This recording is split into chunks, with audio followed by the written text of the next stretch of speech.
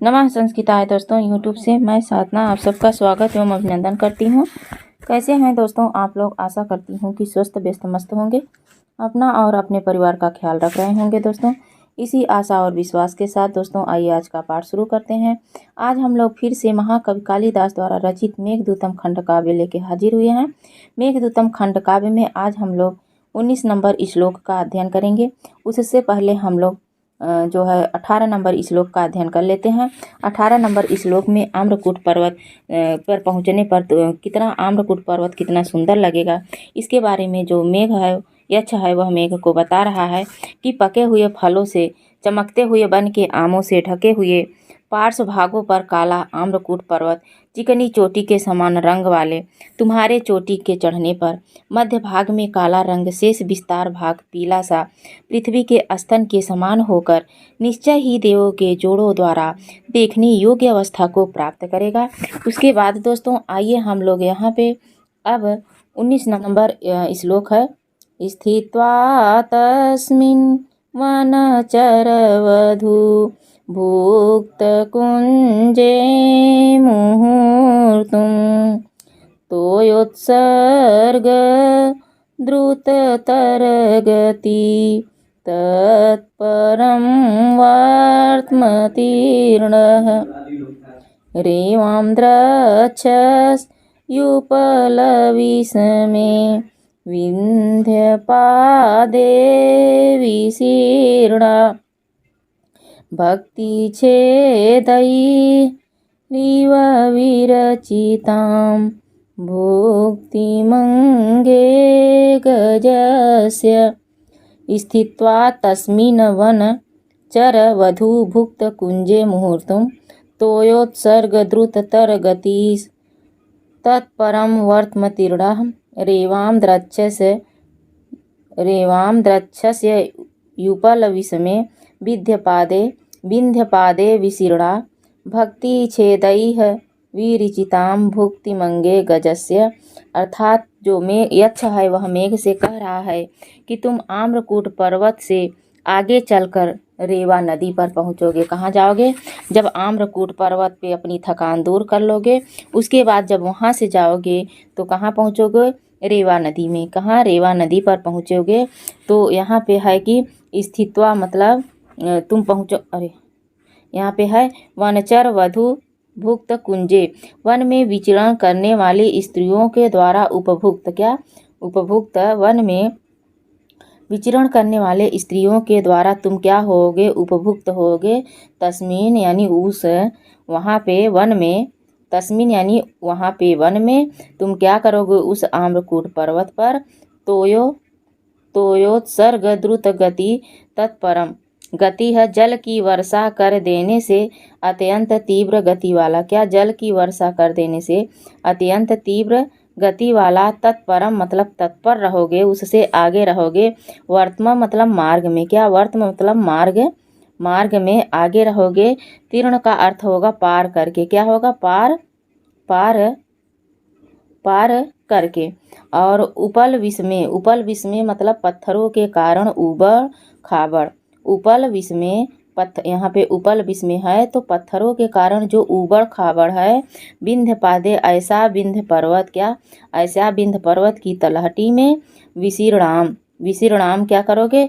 विशीर्णाम मतलब फैली हुई। विंध्य के तलहटी में फैली हुई भक्ति छेदई, चित्रकारी रेखाओं के द्वारा। क्या? चित्रकारी रेखाओं के प्रकारों से विरचिताम मतलब बनाई गई, भूति मतलब श्रृंगार रेखा को, द्रक्ष्यति मतलब देखोगे। भुक्ति मतलब विरचिताम मतलब बनाई गई, भुक्ति मतलब श्रृंगार, गजस यानी हाथी के ऊपर जो श्रृंगार चित्रकारी बनाई गई है ऐसे देखोगे। यह कह रहे हैं कि जो विंध्य पर्वत है, विंध्य पर्वत के तलहटी में रेवा नदी यानी नर्मदा नदी ऐसे बह रही है जैसे कि किसी हाथी के ऊपर चित्रकारी की गई हो, ऐसे तुम्हें दिखाई देगा। उसके बाद आइए हम लोग इसे अन्वय के आधार पर देखते हैं। किसके अन्वय के आधार पर? यहाँ है वनचर वधू भुक्त कुंजे।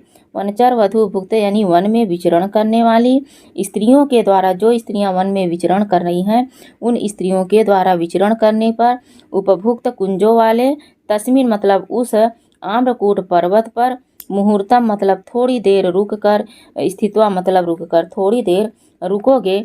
जब तुम उस वन में यानी उस आम्रकूट पर्वत पर थोड़ी देर रुकोगे, उसके बाद वन में विचरण करने वाली स्त्रियों द्वारा देखे जाओगे, क्या होगा? तोयोत्सर्ग दूत गति है, यानी जल की वर्षा कर देने से अत्यंत तीव्र गति वाला हो जाओगे। जब तुम आम्रकूट पर्वत पर वर्षा कर दोगे तो तुम हल्के हो जाओगे, हल्की गति वाला हो जाओगे।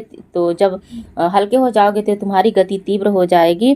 तत्परम मतलब उसके आगे, तत्परम मतलब उसके आगे, वर्तमान मतलब मार्ग में, उसके आगे मार्ग में। तीर्ण का अर्थ होगा पार करके, किसे? उस आम्रकूट पर्वत को पार करके। उपल विस्मय, उपल विस्मय का अर्थ हो जाएगा दोस्तों कि पत्थरों के कारण, उपल विस्मय यानी पत्थरों के कारण। विंध्य पादे, विंध्य पर्वत के तलहटी में। विशीर्णाम मतलब फैली हुई। रेवाम मतलब रेवा नदी। गजस्य मतलब गज के। अंगे मतलब अंग के। भक्ति छेदई है चित्रकारी रेखाओं के। विरचिता मतलब रचनाओं के, प्रकारों के बनाई गई। भूतिम मतलब श्रृंगार रेखा। इव मतलब समान। रक्षति मतलब देखोगे। आम्रकूट पर्वत के उपरांत यहाँ यक्ष नर्मदा नदी के स्वरूप को बताता हुआ कह रहा है। आइए इसके शब्दार्थ को देखते हैं, एक एक अर्थ को समझते हैं दोस्तों, और एक एक अर्थ कई बार बताया जा रहा है। वनचर वधु भुक्त कुंजे, वन में रहने वाली स्त्रियों द्वारा। उपभुक्त लताओं कुंजों वाले। मुहूर्तम मतलब कुछ क्षण। स्थित्वा मतलब रुक कर। तोयोत्सर्ग द्रुत गति, जल का उत्सर्ग यानी वर्षा कर देने के कारण। तीव्र गति वाला। वर्त मतलब मार्ग में। तीर्ण मतलब पार करके। उपल विस्मय यानी पत्थरों के कारण ऊंची नीची, उबड़ खाबड़। विंध्या पादे विंध्याचल की तलहटी में। विचिरिताम बनाई गई। भूति मतलब सजावट के। इव द्रक्ष्यति समान देखोगे। ऐसे लगेगा जैसे हाथी की चित्रकारी की गई हो। तो यहाँ पे है कि वन में विचरण करने वालों को की स्त्रियों द्वारा उपभुक्त कुंजों वाले उस आम्रकूट पर्वत पर क्षण भर ठहर कर जल की वर्षा कर देने से अत्यंत तीव्र गति वाला होकर उससे आम्रकूट पर्वत से आगे के मार्ग को पार करके पत्थरों के कारण उबड़ खाबड़ विंध्याचल की तलहटी में फैली हुई नर्मदा नदी को हाथी के शरीर पर चित्रकारी की रेखाओं के प्रकारों से बनाई गई श्रृंगार रेखा के समान देखोगे। तो उसके बाद फिर हम लोग यहाँ पे देखते हैं कि इसके शब्दार्थ और इसके टिप्पणी क्या है।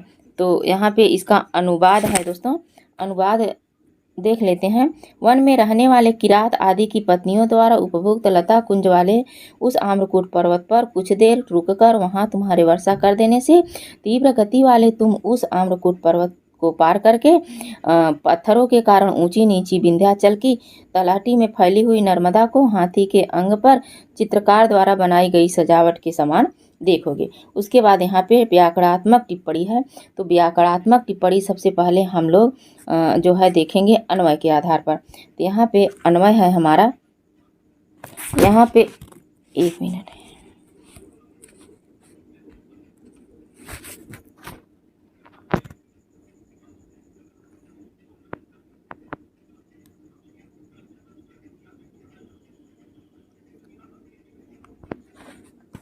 ये है अन्वय।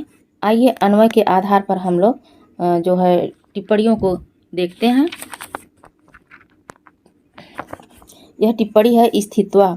स्थित्वा कैसे बना है? तो अस्था प्लस अक्त्वा धातु से, किससे? अस्था प्लस अक्त्वा प्रत्यय लगा के बना है।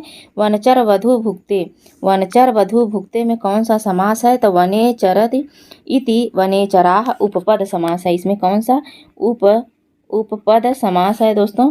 वनेचर में उपपद समास है। और यहाँ पे वनेचराम वध ताभि भुक्त्वा कुंजा यस्य सह।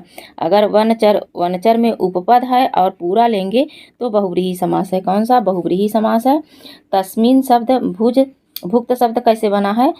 भुज धातु से अक्त प्रत्यय से बना है। मुहूर्त में काला धनो अत्यंत संयोगे से द्वितीय विभक्ति हुई है मुहूर्तम में। तोयो उत्सर्ग द्रुत गति, तोयस्य उत्सर्ग षष्ठी विभक्ति है, इसमें षष्ठी विभक्ति है। और पूरा लेंगे तो बहुव्रीहि समास है। कौन सा? बहुव्रीहि समास है। और उसके बाद यहाँ पे आइए उत्सर्ग, उत सृज घय। उत्सर्ग कैसे बना है? उत सृज घय से तत्पर, तत्पर तस्मात् परम, तत्पर कहाँ है ये तत्पर, तस्मात् परम, तो इसमें षष्ठी तत्पुरुष समास है। कौन सा, षष्ठी तत्पुरुष समास है।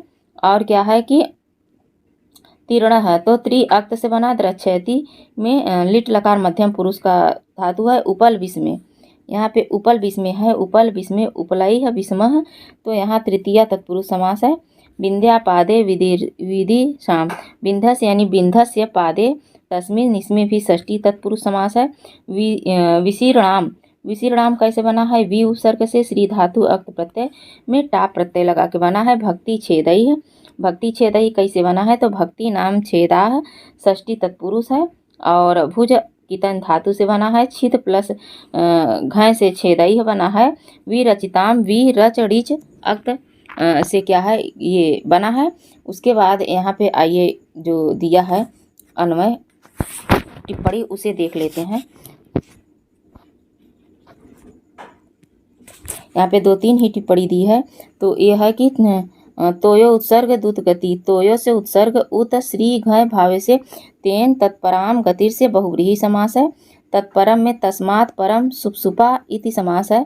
उपल विस्मय उपलम विस्मय तृतीया तत्पुरुष समास है। कौन सा, तृतीया तत्पुरुष।